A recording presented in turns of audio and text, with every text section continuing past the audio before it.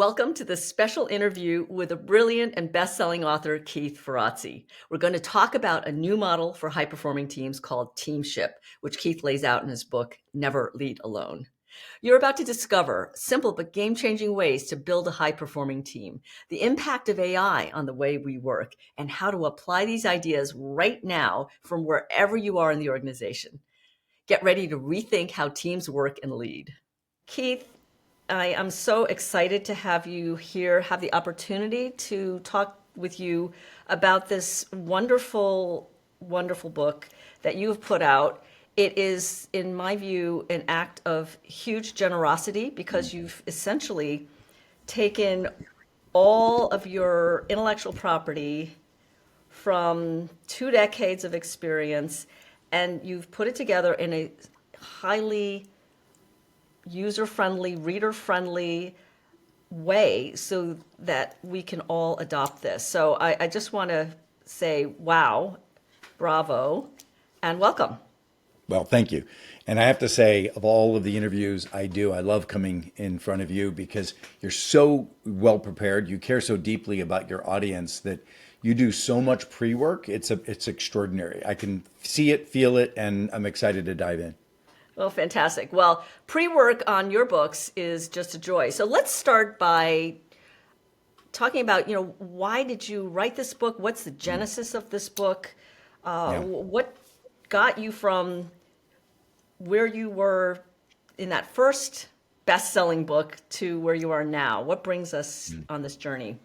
Oh, thanks. Well, first of all, I think the passion and mission in my soul is that I grew up as a very poor kid in Pittsburgh during the crash of the steel industry. And when you really think about the crash of the steel industry, the lethargic nature of the American steel industry, of that juggernaut of 100 years of success, got crashed by the Japanese steel industry, which was much more agile, much more nimble, and interestingly enough, borrowed from the American academic community new practices of total quality management and Six Sigma that were really basically the idea that the people at the coalface of the work could iterate and improve their work constantly, right? This constant continuous improvement. And it was the crash of the steel industry. And I swore as a kid, I didn't realize that at the time. Everyone was screaming cheap foreign imports, et cetera. But I swore that I would grow up and help save American manufacturing. And that was the germination of my passion as a young kid.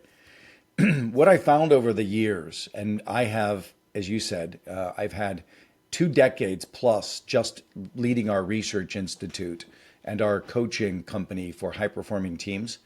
But the journey prior to that, which is told in the book, Never Eat Alone, which is how I built networks. What I found as I was studying people and I was studying networks is what are the essence of how a small group of individuals, whether it's an individual networking with a person or a small group of individuals trying to achieve something, how do they achieve disproportionate success? And there's some real fundamentals here, and they've carried through as a thread. Like when I would show up and I taught networking in the early days, it was really all about teaching how to show up authentically, how to show up generously, how to show up with an individual prepared to create disproportionate outcomes between May and I, right? That was always my mindset of networking. It wasn't what could I get from May. It was what could I give? How can I help create something extraordinary here so that this relationship was authentic, lasting, and vulnerable? Like, how do we be real? How do we go on this journey together? That's a Yeah. beautiful journey as people.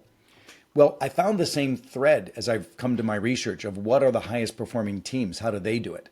And they do it by creating a principle of co-elevation, a principle that as a small group of people, we are committed to each other's success. But that's not just all hugs and softness.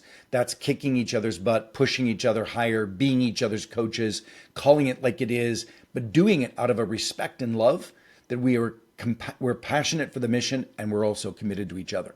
That's what this book is about. And I've spent 24 years researching how to bring that into teams. And it's so different than the way most teams are. Yeah. Most teams are hub and spoke to their leaders. They're siloed, and they're conflict avoidant, as we've talked about before. Yep. And I've got a set of practices that can shift that.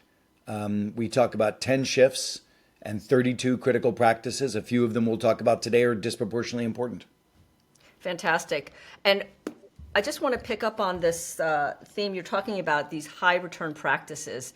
And that's one of the things that I think people will be most excited about, which is what are those practical things that any team members, whether you're the team lead, a team member, or Yeah. you could be the whole head of the entire group, but what can people do to really become a higher performing team? So where best to start here? Well, look, if I look at all the practices, there's in the book, we have 32 practices, and it's across 10 different shifts. I have to tell you that of the most critical shifts and one of the most debilitating elements of what I see in teams is conflict avoidance to candor. We are a horribly conflict avoidant community in the world. Yeah. And we have a diagnostic tool which we give out in the book that asks the following question: do we challenge each other in the room when it's risky to do so? The average team on a scale of 0 to 5 is in the high ones. In the high And ones. one is low, Low. obviously. Okay. Yeah, I know. You're like, what? Yeah, I mean, teams don't challenge each other. They just Yeah. don't. They're respectful. They think that if they challenged each other, would be throwing them under the bus. But there are some teams, and I talk about them in the book, like Elf Beauty, which is an amazing company that's crushing it in the marketplace against some of the largest beauty companies in the world. Elf Beauty has a social contract, and that's what I call culture, a social contract Yeah. among each other, that they say, listen, we are going to be candid with each other because we love each other so much, we would never let each other fail. Right? Isn't that amazing? I mean, what a shift from I'm not going to throw you under the bus and embarrass you to, of course, I'm going to be candid because I won't let you fail. Now, a simple practice, there's a number of them in the book. Every chapter has anywhere from 2 to 5 different practices. Yep. A simple practice is something called a candor break. A candor break. In the middle of a meeting, you pause and you say to the team, what's not being said in this room that should be said? Now, if you just do that, you're going to hear crickets. And what we do is in the practice is you snap your fingers and go to breakout rooms of 2. And you tell everybody, you get 1 minute in the breakout room, you get to talk. Whatever is not being said, you're going to come back and report it.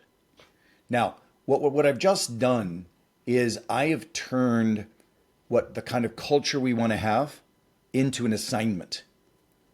And people do it.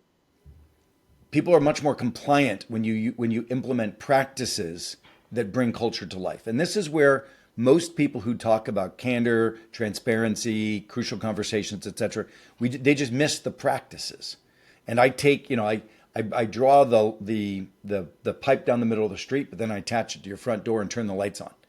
And that's what the high return practices are. Simple candor break. There's a number of others. There's a wonderful way to change what you call report outs that many teams do, turn Yeah. those into stress tests. That's a great practice but there's so many of them in there. But our research shows is that the average room of 12 people, only 4 people think they're heard. Wow. And now when you start to do these practices, I can get to the point of 10 people feeling that they're heard. That's So fantastic. big difference in terms of how we practice, how we collaborate. Okay. So a couple things. Number one is I'm not going to let you get away with just flashing the stress test out there without telling us what Right. it is. All right. That's Good. number one. And number two is I'm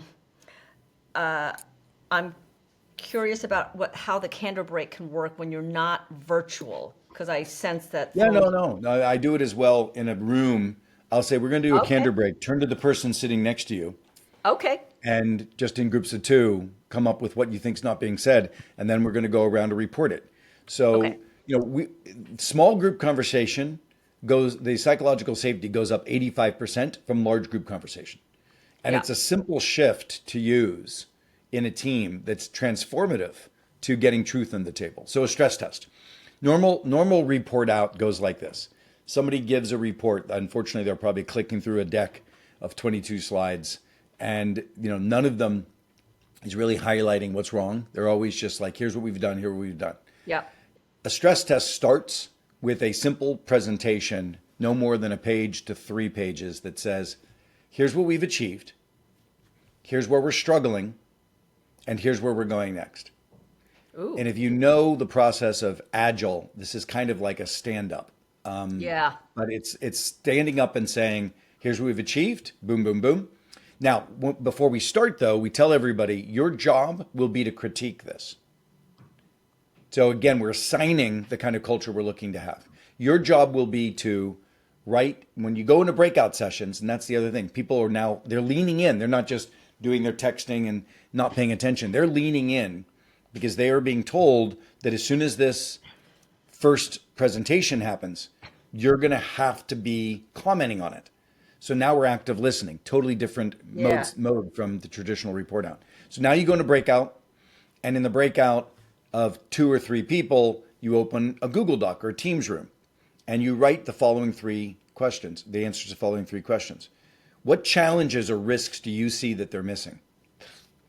What innovations or ideas might you offer? Boom, boom, boom. And where might you help?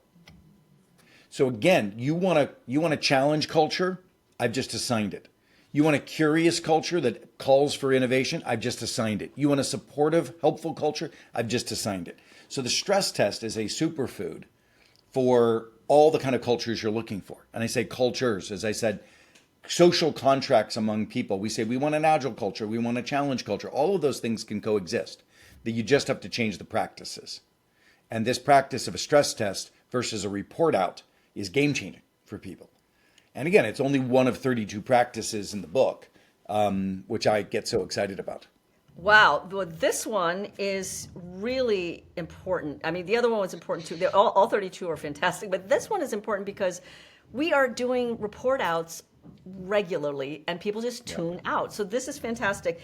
And I wrote down you have to assign the culture, or give people an assignment, then they do I it. wrote I a love piece in that. Fortune magazine about the stress test, Yeah. and it was just that. I think the article I just looked Ferrazzi Fortune. It's Ferrazzi Fortune culture. You'd find it, but it's basically a piece that talks about how people say culture change is difficult. Listen, I don't think so. If you get people to change their practices, culture isn't different. It's difficult. Difficult. It's difficult when we're pontificating and talking concepts. That's the bullshit that I get so sick of. Yep. And we just, and we talk teams and concepts, and it's just all crap. It's like until you change practices, you don't change anything. And so I'm just curating practices. That's what we do in our research institute. Fantastic. All right. So now I'm thinking about where I sit in the organization. Does that affect, or how does that affect my ability to put some of these practices into place? Do I need Yeah. to be the big boss? Well, Can no. I? I mean, first of all, if you are a person who's capable of hosting a meeting, Yeah. then you're capable of using these practices. These practices, by the way, there's chapter 6 of the book talks about how do we shift from meeting-based cultures to collaboration in asynchronous tools. We need to start realizing that the software we have available to us is game changing and we don't use it. We still sit, there's a wonderful story in the book of the chief operating officer of Delta Airlines went to a fast growth unicorn company. And he walks in and he sees a problem and he goes, "Hey, we have a problem here. Let's have a meeting on this." And the team of a bunch of kids from Stanford look at him and say, how do we have a meeting on it? We haven't collaborated yet. And I love that. And the idea being that if you throw a bunch of people in a room and start a meeting around a collaboration, 4 people will be heard. Then you'll have the meeting after the meeting where not everybody hears people's points of view. You have the private DMing, right? Because not everything is transparent because we're conflict avoidant. And then there's meetings and meetings and meetings. And now we've got a cycle time of a couple of months until we can think we got to the answer, but not everybody's on board yet. And we don't really have the answer. That's how collaboration works today. I say we start the meeting before in the cloud. So let's say we're falling behind in the quarter and we want to have a meeting about why we're falling behind in the quarter. Fine. Then let's use an asynchronous document before. The 12 people you would have been invited start by writing, here's what I think the real problem is. Boom, boom, boom, boom. Here's what I think a bold solution would be. Boom, boom, boom, boom. And everybody gets to see everybody else's point of view. Now we've got 100% involvement in the collaboration. Everybody's voice is heard. people are contemplative. It's not just the charismatic person. The introvert can be seen and heard, etc. The biases, the people who shut people down in rooms, all of that's gone, and now you've got clean collaboration. Now you show up in the room, and you don't even need all 12 people probably. You look at that and you're like, huh, wow, I see an answer here, but I see a difference of opinion on here. We really need 4 people to get in the room and land the plane. And you're done. Wow. You're done. Now, the other thing is, why limit it to 12? You could have sent that out to 30 people. And Right. 30 people could have given opinion. Or if this is a big project that's a long-term project, instead of waiting until it's done and somebody who hasn't been attending your meeting all of a sudden poops all over it 6 months in, you can be having asynchronous stress tests of where you are in the project to a broad group of people. So you even give a recording. Here's what we've been doing on the project. Here's where we're struggling. Here's where we're going. Send it out to 30 people, and all of those people open up a document and say, here's what you're missing. Here's an idea for you. Call me. Here's how I can help. So change management can be absolutely transformed in any project you're working on. That's fantastic. And my brain's going in 2 directions here. Maybe we can do them sequentially if I can hold both of them in my brain at the same time and communicate them to you. One is about the whole idea of politics. And you mentioned, the DMs, the conversation after the meeting. And there's one part I particularly love where you talk about you got to ban the back channel. So there's that piece of it. Is what you're talking about. It strikes me as maybe it cuts down a lot of the political whatever. Well, I think, look, what I say to organizations is there's something happens a lot when I interview teams that I'm about to coach. Yeah. Often people will say, we're Midwest polite, or we're Maine polite, or we're whatever. It's so funny because they all think it's unique to their region. The reality is conflict avoidance is rich and ripe. But what I say to people is, when you're polite, I'm not saying be disrespectful. I'm saying being candid. I'm saying being transparent. But when you're polite, the way you put it in quotes, you're actually being political. Because when your voice can't be heard in the room, then it's going to be heard in back channels. And that happens all the time. If you can't create an environment where it's fluid, you take a look at a culture like Elf Beauty or Amazon. Amazon has always had a culture of rigorous data and candor and truth and transparency in the room. Sometimes people don't like to work there. It's scary. It's like people are like, I don't like this environment. It's too aggressive. You can actually soften like Elf does. Elf has a commitment to relationship underneath their commitment to candor. Okay. So we love each other, therefore we give each other the truth. Now, Ray Dalio wrote a book years ago called Principles. Yes. That's about high candor, but they don't give a damn about the relationship. It's about high candor. So you walk into a culture of high candor, it can be a tough place to work, and people can really, sharp elbows, etc. But it works. It works. Now, you can do it it's our rules. It's how we hire. We hire for this kind of resilience. Or you can do it out of love. Now, that's a choice a leader has to make. Now, you asked me the question, can anybody do this? Yeah. And we sort of got off on a bit of a tangent. I'll come back. The answer is anybody can do it because all you need, if you've got a group of people working on a project together, you can negotiate with them at the beginning and say, okay, even if you're a team member, for instance, let me pretend I'm a team member and you're the boss organizing this thing. I say, May, do you think it would be useful at the beginning that we create some agreement on norms on how we're going to work together? And some of those norms are we going to have meetings for everything, or are we going to maybe do some of this asynchronous collaboration? May, I don't know if you've ever done something like this, but maybe we can pilot it, right? Nice. Or I could come to you and say, May, what if we had a social contract that everything's on the table? No back channel conversations. And you'd be like, well, that's great, but that's not how it works around here. I said, well, what if we adopt a few practices? Like there's this thing I read in the book, it's called a Candor break. Or maybe we could do pre-work before meetings so that we hear everyone's point of view. and everybody gets a chance to speak. So, it's like I I like could that. coach you as a team member. I could coach you to some new ways of working Mm. that I could say, I'd like to try some of these on if it's okay with you, so that we could create some norms on how we might work more effectively together. You could be the coach. That's the way the book was written. This book was written with an intention. First of all, it's so small. This is one of the geniuses Yeah, of I've got mine having, too. right? It's one of the It's geniuses of really, having been working on this for 24 years. I yep. mean, look at this. Like, this is my first book. And by the way, I'm proud of this book, but this Yeah, book is so, remember the Benjamin Franklin saying, if I yeah, had more time, this book would be shorter. yep. But I had 24 years to write this.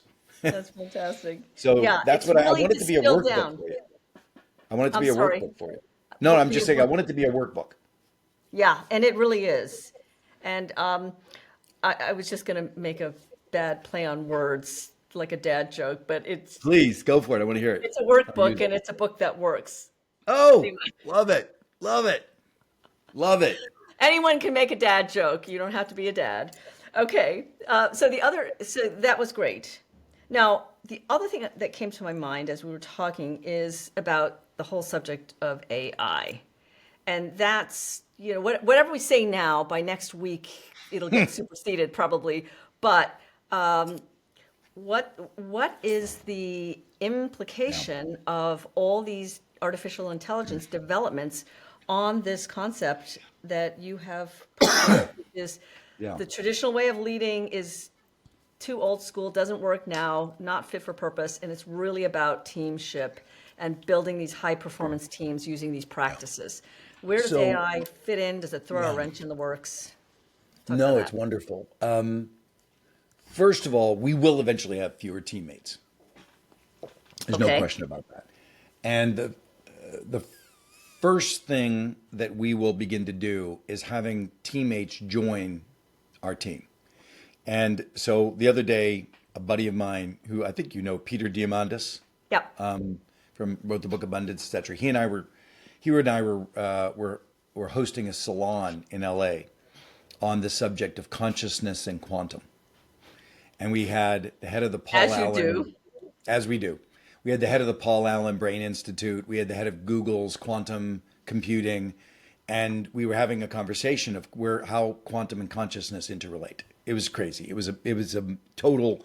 I didn't understand 25% of what these geniuses were sharing, but my job was to facilitate the community, which was great. But anyway, I loved it. But for planning it, Peter and I went out to sushi, and we pulled out the verbal or the oral side of ChatGPT, and we had a conversation with it. The three of us, we were just sitting there. We're like, okay, you know, do we want, which of the two subjects do we address first, consciousness or quantum, and why would we do that? And that was a conversation I was having with Peter. But then when we asked ChatGPT, it gave us, it was like literally talking to us. And Wow. the three of us just having a set of, well, what's the implication of that to this? And boom, it's like right there. One of the things we're going to find, and by the way, I don't know another human that I could have put in that sushi dinner that could have been as good as the LLM was Okay. in co-creating with us, because there was ubiquitous information that got brought to the table that we didn't have. Peter was smarter than me on this topic. I generally had a sense of flow of how people work together in teams, et cetera, that I was able to say, but at the end of the day, we had an all-knowing partner in the team. Now, imagine if that all-knowing partner, there's a company called Glean that will retrieve and gather information in your company from all of your systems. Imagine if you're reengineering sales or supply chain and you're able to pull the information that would have been brought by sales and manufacturing, et cetera, into your conversation, right?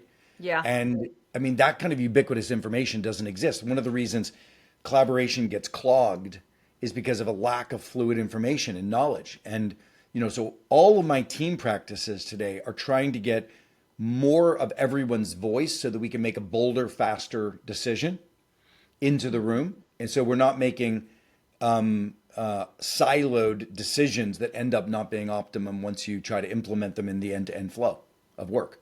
Yeah. So what's going to happen is AI. First of all, so now the first big rock is ubiquitous information. Right. That's going to be a part of our team. The second thing is who actually should be in the room. If you take something called organization network analysis, which is, and oh, by the way, am I getting too wonky, May? Is this too out there? Hey, all I can say is everybody, let's all try to keep up with Keith, okay? Well, I, Wonky I I know is what it's like not to be able to keep up with a bunch of people because I've just experienced it. This is no, just keep something I've been going. working on. Yeah. I'm working on this a lot in our research institute. So the next chunk is who's your team. That's one of the things I teach teams today. It's in chapter I think 2 or 1 of the book, Yeah. where we say who's your team. Your team is not your org chart. Your team is who you need to get the job done. So that's the first redefinition. But what if the AI told you who your team was? So what if the AI, which like an AI like Glean that has information from all over the business, Yeah. were to say to you, okay, your KPI, your key performance success index is this. This is what your project you're working on. Do you realize there's this thing called ONA, Organization Network Analysis, which treats an organization like a series of nodes of humans, not an org chart. But what the AI could do is you need these 5 people in your collaboration, right? And you might So not know who they are, I'm going to guess, right? They you, might know, you be may in not know the who they are, or if you deep hadn't thought of down them. in some department that you don't Exactly. know. Totally Okay. exactly, right?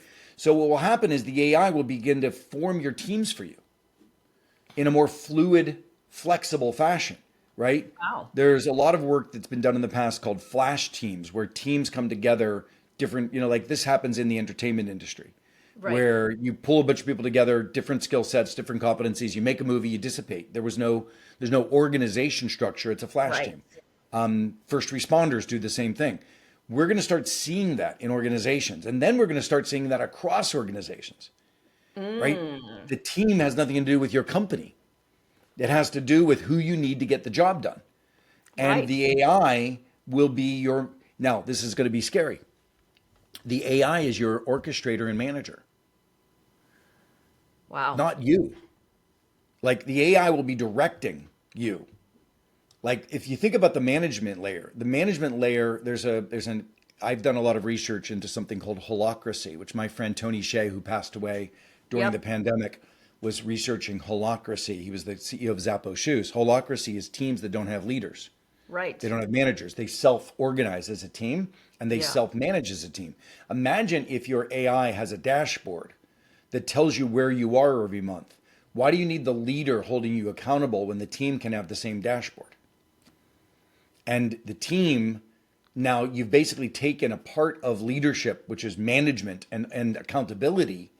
That part of it can actually be taken off the plate and the team can work fluidly together as a group of networked individuals. One of the things that I just want to say is that original book I wrote about networking, the reason it's not so far afield from where we are today and why I'm in high performing teams is the reality is that we work in networks today.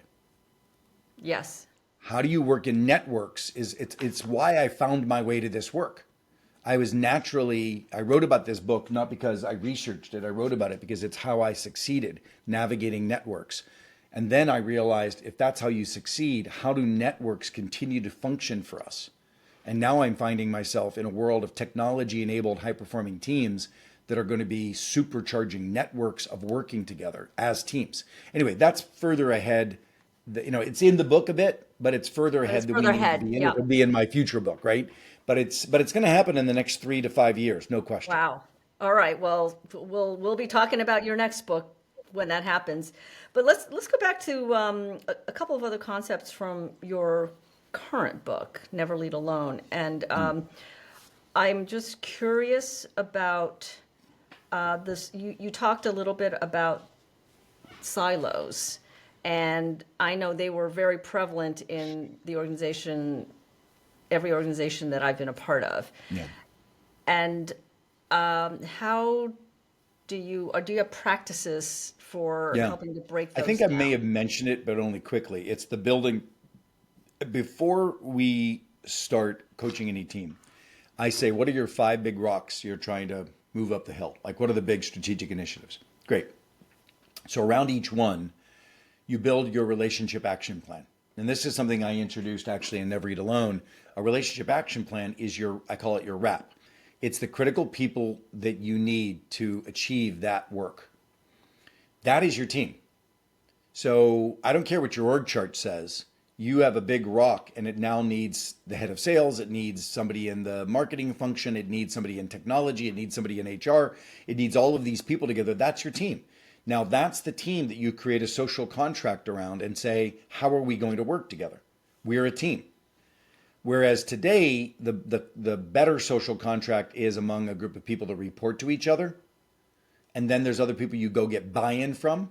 That's bullshit. I mean, I call it buy-in is bullshit. Buy-in means you're trying to sell your ideas to somebody who actually you needed to be co-creating with. Right. Buy-ins after the fact. Right. And you should, and it's useless. Yep. It's a sales, you need to, I'm working with a very, very large healthcare system, and we're redefining how networked collaboration works so that you don't need buy-in. If you've Yeah. done stress testing and collaborative problem solving along the way with a broad group of people asynchronously, that's your change management. That's your buy-in. And it's not buy-in, it's co-creation. It's how do we change, how do we move from buy-in to co-creation? That's fantastic. I love it. And so let's say somebody picks up your book and says, wow, I really want to make sure we do this. And whether they hire you and your organization or they try the DIY method, which you talk Right. about, that's part of, you just want this to be Yep. spread. How does somebody decide where to start? You have got 10 shifts. Is there one that, or how do we decide how to start putting this into play? Yeah. The answer is read the book and see what calls to you. That's one. The answer is extract from the book the diagnostic tool that's embedded in it and see where you're the weakest and go there. Or just go through the book chapter by chapter with your team. It's in its order for a reason. The first chapter is the chapter of shifting conflict, and the first HRP chapter, high return practice chapter, is Yeah. chapter 3. Chapter 1's an intro. Chapter 2 says, how do you use the book? Chapter 3 is, okay, now let's move from conflict avoidance to candor. Here are some practices. Have your team read the chapter and then try stress testing. Have your team read the chapter and try a candor break. Then the next chapter is, how do we build that relationship commitment underneath us? Have your team read the chapter and then do what's called an energy check. An energy check once a month among your team is a new social contract that says to your team, we've got each other's back. Let's go through this work together and lift each other up. Let's care about each other. Let's not just have a transactional working relationship like Ray Dalio will talk about. Let's actually have a relationship, that love underpinning that says we care about each other and therefore we won't let us see each other fail. And then here's a practice. Do an energy check. Once a month, ask everybody, where are your energy levels, 0 to 5, and what's bringing them down? And then if May says she's struggling with something with her mom, or I say I'm struggling with something with my son, then now the team can take care of each other. Yes. Do you need some time? Can I backfill for you? Yeah. Or just check in. Keith, how's Yeah. your son doing? Right? So imagine the lift off of the leader. A good leader used to be worried about the energy of the team. Yes. A great leader makes the team worry about each other's energy. Oh, A that's good beautiful. leader, yeah, a good leader made sure they gave feedback. A great leader makes sure the team gives each other feedback.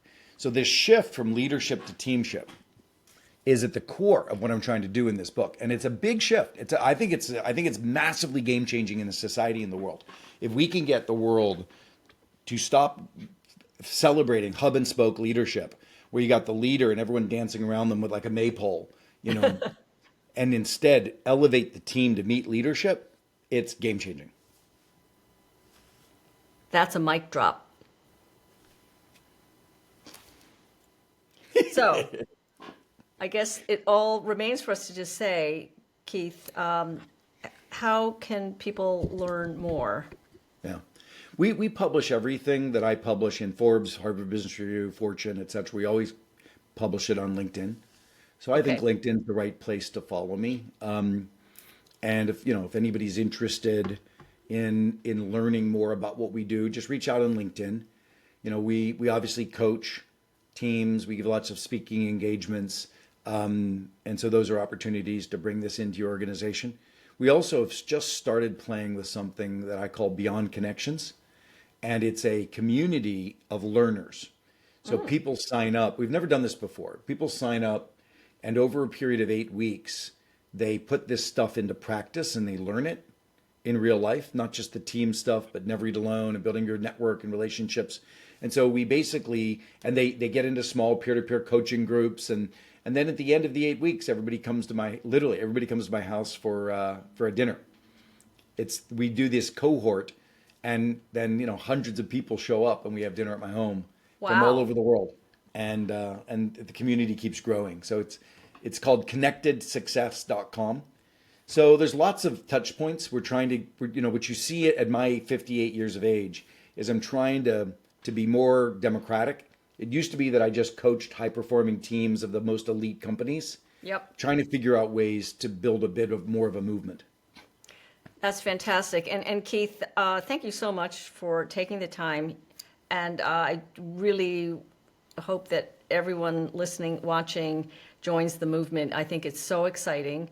Thank Are you. there any final words you want to share beyond what you've said? No, We I already love had it. our mic drop moment. Why did You're I ask that? amazing. Let's leave it at that, and I look forward to building the relationship with your community as we go forward. Thank you. Fantastic. Thank you so much, Keith. And I encourage you to check out Keith's book, Never Lead Alone. The link is in the description. And if you have the chance to speak to, meet with, work with Keith, for that matter, probably work for Keith, you should grab it. Thanks again, Keith. Thank you so much.